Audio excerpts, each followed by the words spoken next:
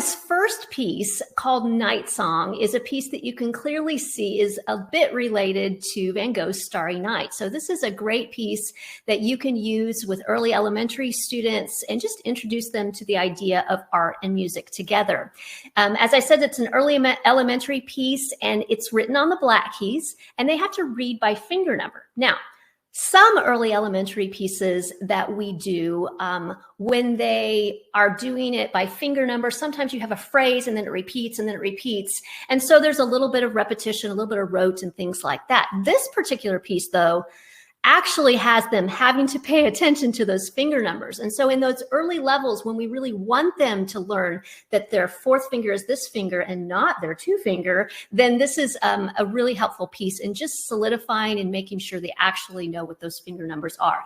There is a teacher duet, and I am going to show a video of it for you.